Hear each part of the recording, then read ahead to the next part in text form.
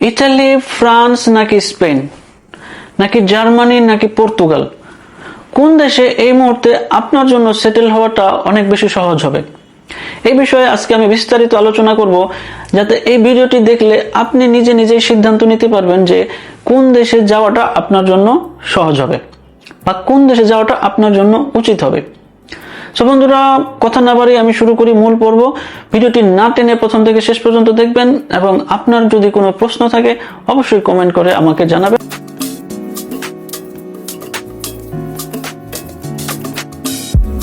ইউরোপের কোন দেশে সেটেল হওয়াটা আপনার জন্য সহজ হবে, এটি নির্ভর করে যে আপনি ইউরোপে কিভাবে ঢুকেছেন। অর্থাৎ আপনি কি বৈধভাবে ঢুকেছেন না অবৈধভাবে ঢুকেছেন। আপনি যদি বৈধভাবে ঢুকেন, তাহলে কি বৈধভাবে ঢুকে এখনো বৈধ আছেন নাকি বৈধ থেকে অবৈধ হয়ে গিয়েছেন। যেমন আপনি যদি বৈধভাবে ট্যুরিস্ট ভিসা নিয়ে যান, ট্যুরিস্ট ভিসায় যাওয়ার পর আপনি কি অবৈধ হয়ে গিয়েছেন? এটি একটি প্রশ্ন। একইভাবে হইতে পারে আপনি স্টুডেন্ট ভিসায় গিয়েছেন, কিন্তু স্টুডেন্ট ভিসায় যাবার পরে আপনি অবৈধ হয়ে গিয়েছেন। আবার এমন হতে পারে যে আপনি ওয়ার্ক পারমিটে গিয়েছেন, কিন্তু ওয়ার্ক পারমিটে যাওয়ার পরে অবৈধ হয়ে গিয়েছেন। কাজেই প্রত্যেক মানুষের সিচুয়েশন ভিন্ন থাকে, তাই প্রত্যেকের সলিউশনও ভিন্ন ভিন্ন। তাই আমি আপনাদের জন্য বলবো, আপনার যে বিষয়টি সেই বিষয়ের উপরেই সিদ্ধান্তটি নিতে হবে। আমি একটু ব্যাখ্যা করি, তাহলে আপনাদের জন্য বিষয়গুলো একেবারে ক্লিয়ার হয়ে যাবে।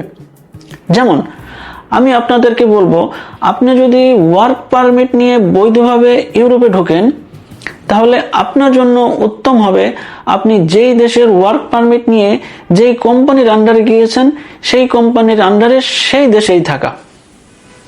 আমাদের মধ্যে একটি প্রবলেম হয়, সেটি হচ্ছে আমরা আমাদের চারপাশের বিভিন্ন মানুষজনের, দালালদের কিংবা অন্যদের ইনফ্লুয়েন্স শুনে আমাদের মাথাটা বিগড়িয়ে যায়। আমরা যেখানে বৈধ উপায়ে যদি মাসে 700 ইউরো কামাই করার সুযোগ পাই, সেখানে আমরা 1000 ইউরো কিংবা 1200 ইউরো আয় করার সুযোগ নেওয়ার জন্য আমরা বৈধ থেকে অবৈধ হয়ে যাই। এটি খুবই ক্যারিয়ারের জন্য খুবই খারাপ একটি কাজ। কাজেই আপনি যদি বৈধভাবে ওয়ার্ক পারমিট নিয়ে ইউরোপে যান, আপনার জন্য সবচেয়ে উত্তম। যে যত কথাই বলুক, আপনি যদি সেই দেশে থাকেন, বৈধভাবে থাকেন, আপনার একটি সময় পেপারস হয়ে যাবে। এবং আপনি যেহেতু সেই দেশে বৈধভাবে গিয়েছেন, আপনি বৈধ আছেন, সেহেতু আপনি আর্ন করতে পারবেন বেশি। উদাহরণ হিসাবে বলি, আপনি যদি রোমানিয়াতে বৈধভাবে যান, আপনি হয়তো মাসে 700 কিংবা 800 ইউরো আর্ন করতে পারবেন। আপনার কাছে মনে হতে পারে এটি কম, কারণ আপনার মাথায় ঢুকে আছে ইতালি কিংবা ফ্রান্স। এখন আপনি একটি বিষয় খেয়াল করুন, আপনি রোমানিয়াতে বৈধভাবে আছেন, এখানে 700 ইউরো কামাই করছেন, আপনি কিন্তু একটি সময় এখানে বৈধতা পেয়ে যাবেন। রোমানিয়ার পেপারসের মূল্য কিছুতেই কম নয়। বাংলাদেশের সাথে আপনি তুলনা করেন, অন্য কোনো দেশের সাথে তুলনা করেন, আকাশ পাতাল পার্থক্য। রোমানিয়ার পেপারসের মূল্য অনেক, ইউরোপের পেপারস আপনি পৃথিবীর যে কোনো দেশে যাইতে পারবেন। সো আপনি যদি এই পেপারসের বিষয়টি দেখেন, তাহলে তো আপনার দেশ চেঞ্জ করার কোনো সুযোগই নাই, দরকারই নাই। আর যদি আপনি আয়ের চিন্তা করেন, ধরেন উদাহরণ হিসাবে আপনি রোমানিয়াতে আছেন, 700 কিংবা 800 ইউরো কামাই করছেন, আপনি 1200 ইউরো কামাই করার জন্য ফ্রান্সে যাইতে যাচ্ছেন কিংবা ইটালি যাইতে যাচ্ছেন। কিন্তু আপনি একটা বিষয় খেয়াল করুন, আপনি যখন ফ্রান্সে যাবেন, আপনি রোমানিয়া থেকে ফ্রান্সে যাবেন অবৈধভাবে, বা যাওয়ার পরে আপনি অবৈধ হয়ে যাবেন। যখন আপনি অবৈধভাবে ফ্রান্সে আছেন, তখন আপনাকে কাজ দিবে খুবই নিম্নমানের এবং টাকা দিবে অনেক কম।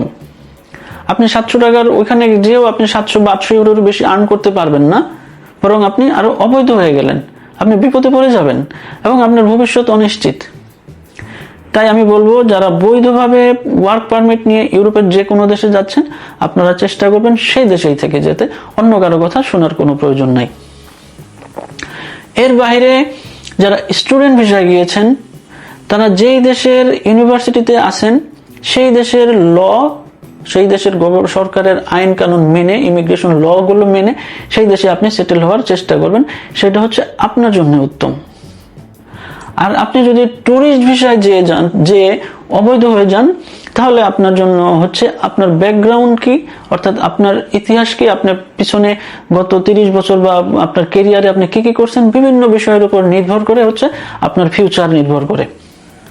অর্থাৎ আপনি যদি ওই ইউরোপের কোনো দেশে রাজনৈতিক আশ্রয় গ্রহণ করতে চান, তাহলে আপনাকে অবশ্যই স্ট্রং ব্যাকগ্রাউন্ড হিস্ট্রি লাগবে, যে হিস্ট্রিটা প্রুফ করবে আপনার লাইফ বাংলাদেশের রিস্কি, যার কারণে আপনাকে ইউরোপে থাকতে হবে।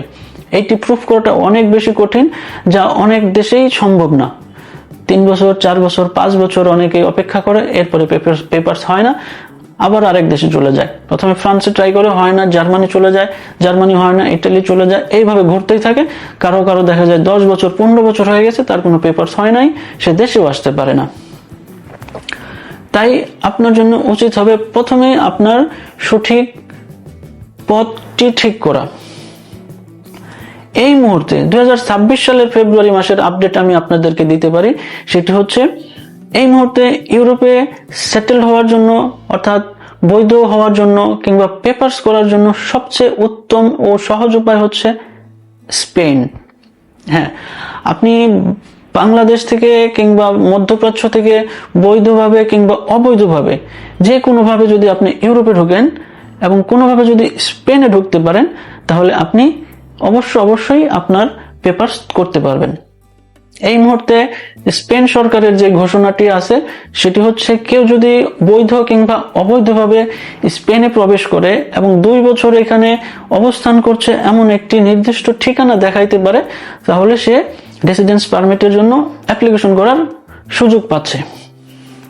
কাজেই আপনারা যারা বৈধ কিংবা অবৈধভাবে যেভাবে ঢুকছেন বা ঢোকার পরে অবৈধ হয়ে গিয়েছেন বা বাংলাদেশ থেকে যাওয়ার পরিকল্পনা করছেন যে আমি যে থেকে যাব, সেক্ষেত্রে সকলের জন্য আমার পরামর্শ হচ্ছে আপনারা স্পেনকে টার্গেট করুন।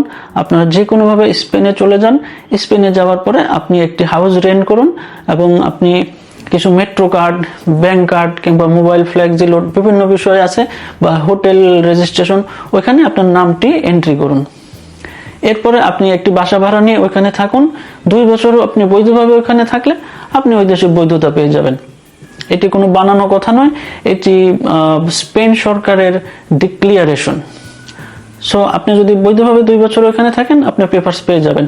তো স্পেন খারাপ কোনো দেশ না।